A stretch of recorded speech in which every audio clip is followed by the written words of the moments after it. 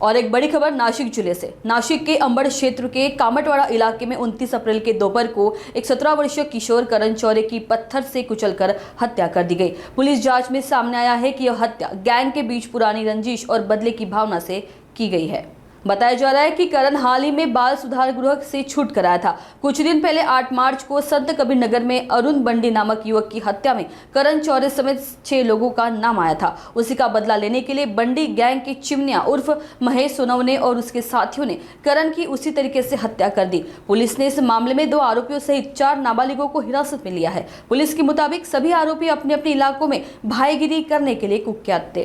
काल दिनांक 28/4/25 रोजी कामटवाडा शिवारामध्ये मृतक करण चौरे याचा काही लोकांनी खून करण्यात आलेला होता।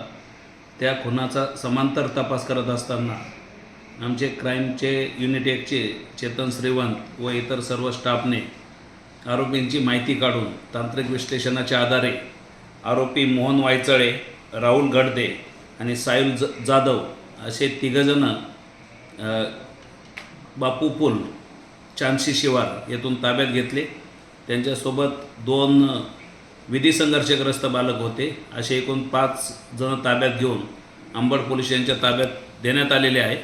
पुढील तपास अंबड पोलीस स्टेशन करत आहे।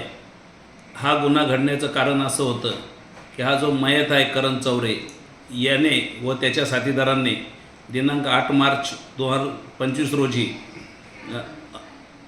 अरुण रामलू बंडी राहणार खुटवड नगर याचा संत कबीर नगर एरियामध्ये खून केला होता आणि त्या खुनाच्या गुन्ह्यामध्ये हे सर्व अटक झालेले होते।